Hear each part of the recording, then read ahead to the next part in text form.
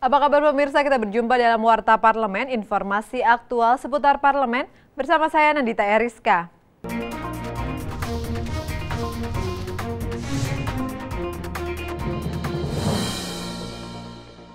Ketua DPR RI Setia Novanto mengapresiasi kinerja Sekretariat Jenderal dan Badan Keahlian Dewan DPR RI yang dinilai telah melaksanakan kinerja dengan baik sebagai supporting system bagi anggota Dewan. Ketua DPR meminta agar Sekjen DPR dan BKD terus meningkatkan kualitas pelayanan dan juga mempertahankan prestasi-prestasi yang telah diraih. Sekretariat Jenderal DPR RI menggelar acara silaturahmi menjelang bulan suci Ramadan. Acara tersebut dihadiri pimpinan DPR, pimpinan BURT, Sekjen DPR, BKD, Irtama, serta pejabat dan seluruh pegawai di lingkungan Sekretariat Jenderal DPR RI bertempat di ruang Pustaka Loka Gedung Nusantara 4 Senayan, Jakarta. Ketua DPR RI Setia Novanto berharap hubungan kerjasama dan sinergi yang terjalin semakin baik antara pimpinan, anggota DPRD dengan seluruh pegawai di lingkungan Sekretariat Jenderal maupun Badan Keahlian Dewan dalam rangka meningkatkan kualitas dan kinerja lembaga DPR. Novanto berharap Sekjen DPR terus melakukan perbaikan dan mempertahankan prestasi yang pernah diraih, khususnya dalam rangka memberikan pelayanan terhadap anggota Dewan.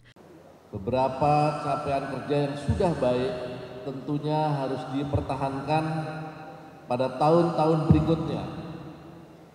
Contohnya adalah dalam hal penyelenggaraan administrasi keuangan dengan predikat opini wajar tanpa pengecualian atau WTP atas audit laporan keuangan dari BPK Republik Indonesia.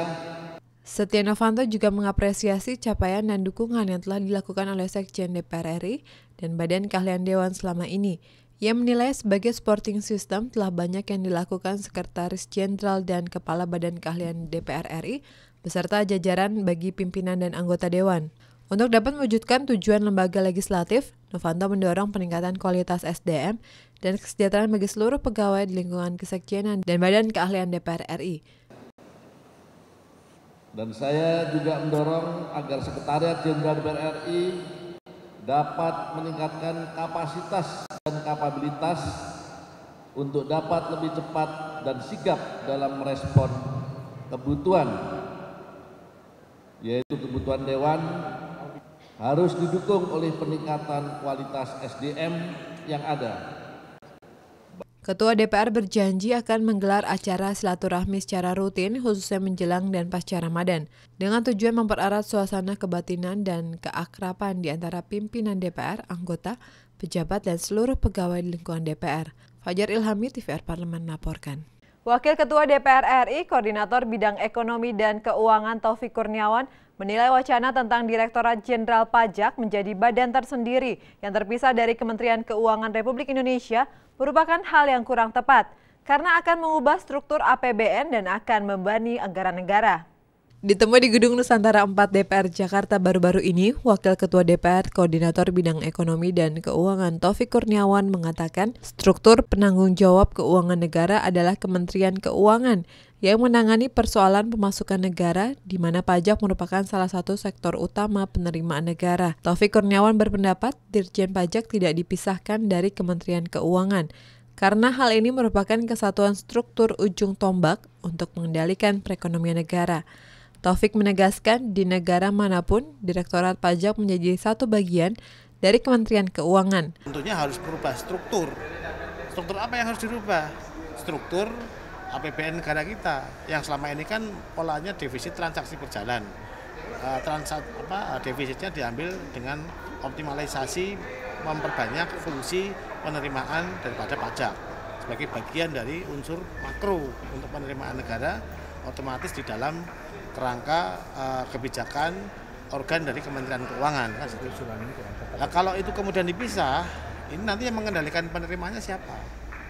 Taufik Kurniawan meminta pemerintah untuk lebih fokus pada optimalisasi kinerja penerimaan pajak dengan membuat program-program yang dapat menggenjot pemasukan negara dari sektor pajak. Karena pemerintah saat ini membutuhkan banyak dana untuk membiayai infrastruktur, jangan sampai pengeluaran lebih besar daripada pemasukan negara.